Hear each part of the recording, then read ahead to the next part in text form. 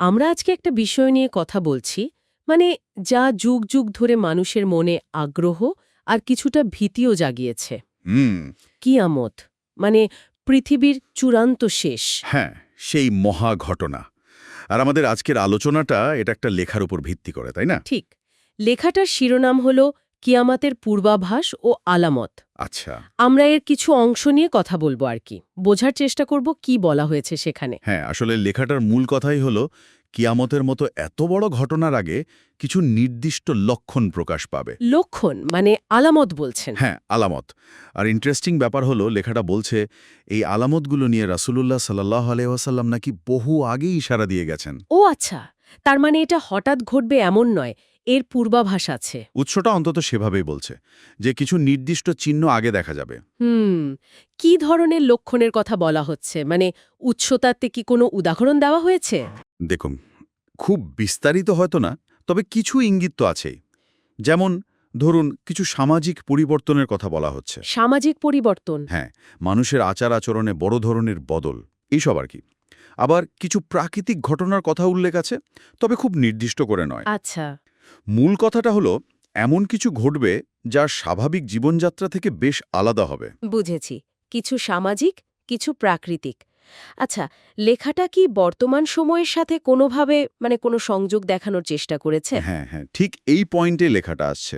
কারণ আমরা শুরুতেই বলছিলাম যে উৎসটা নাকি বর্তমান পৃথিবীর দিকে তাকিয়ে কিছু মিল খুঁজে পাচ্ছে। একদম। লেখাটাতে এরকম একটা পর্যবেক্ষণ আছে। বলছে যে আজকের পৃথিবীর দিকে যদি তাকানো যায়, হ্যাঁ। তাহলে রাসূলুল্লাহ সাল্লাল্লাহু আলাইহি ওয়াসাল্লাম বর্ণিত কিছু আলামতের একটা ছায়া বা প্রতিচ্ছবি নাকি দেখা যায়। প্রতিচ্ছবি যেমন, মানে উৎসটা কিসের দিকে ইঙ্গিত করছে? ধরুন হয়তো কোনো সামাজিক অবক্ষয়ের কথা বলছে বা খুব দ্রুত যে নগরায়ন হচ্ছে, আচ্ছা। এইসব বিষয়ে যা হয়তো আগে এতটা প্রকট ছিল না। লেখাটার ভাষ্য অনুযায়ী এই পরিবর্তনগুলো নাকি সেই আগে থেকে বলা আলামতগুলোর সাথে মিলে যাচ্ছে। তার মানে উৎসটি বর্তমানের কিছু ঘটনাকে অতীতের ভবিষ্যৎবাণীর সাথে মেলাচ্ছে। হ্যাঁ, তবে খুব সতর্কভাবে। মানে কিভাবে মেলাচ্ছে? এটা কি সরাসরি বলছে যে এগুলোই সেই আলামত, নাকি শুধু সম্ভাবনার কথা? না, না, সরাসরি দাবি করছে না। শব্দটা ব্যবহার করা হয়েছে এরকম যে দেখলে মনে হতে পারে। ও, মনে হতে পারে। হ্যাঁ, যে সেই পূর্বাভাসগুলো ধীরে ধীরে সত্যি হচ্ছে। এটা আসলে একটা পর্যবেক্ষণের মতো, কোনো নিশ্চিত সিদ্ধান্ত নয়। আচ্ছা আচ্ছা, বোঝা গেল। যেন একটা মিল খোঁজার চেষ্টা আর কি। তাহলে ব্যাপারটা দাঁড়াচ্ছে এরকম, কিয়ামতের একটা ধারণা আছে, তার আগে কিছু নির্দিষ্ট ধরনের আলামত আসার কথা রাসূলুল্লাহ সাল্লাল্লাহু আলাইহি সাল্লাম বলে গেছেন। হুম। এবং এই নির্দিষ্ট লেখাটা যেটা আমরা দেখছি, সেটা বর্তমান সময়ের কিছু ঘটনাকে ওই আলামতগুলোর সম্ভাব্য প্রতিফলন হিসেবে দেখছে বা ব্যাখ্যা করার চেষ্টা করছে। একদম ঠিক। লেখাটা মূলত এই সংযোগটাই তৈরি করতে চাইছে। হুম।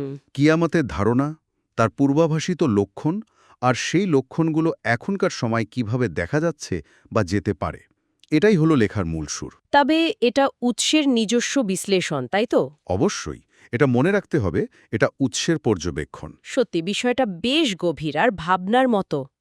এই আলোচনা থেকে একটা জিনিস কিন্তু পরিষ্কার হচ্ছে, কি বলুন তো? যে অতীত, বর্তমান আর ভবিষ্যতের মধ্যে একটা সংযোগ খোঁজার একটা প্রবণতা বা চেষ্টা। ঠিক তাই। আর এখানেই বোধহয় শ্রোতাদের জন্য একটা চিন্তার খোরাক রেখে দেওয়া যায়। অবশ্যই। যেমন এই উৎসে যেভাবে বর্তমানের ঘটনাগুলোকে অতীতের ভবিষ্যৎবাণীর সাথে মেলানোর কথা বলা হলো, হ্যাঁ, সেই পর্যবেক্ষণটা নিয়ে তো আরও ভাবা যেতে পারে। একদম।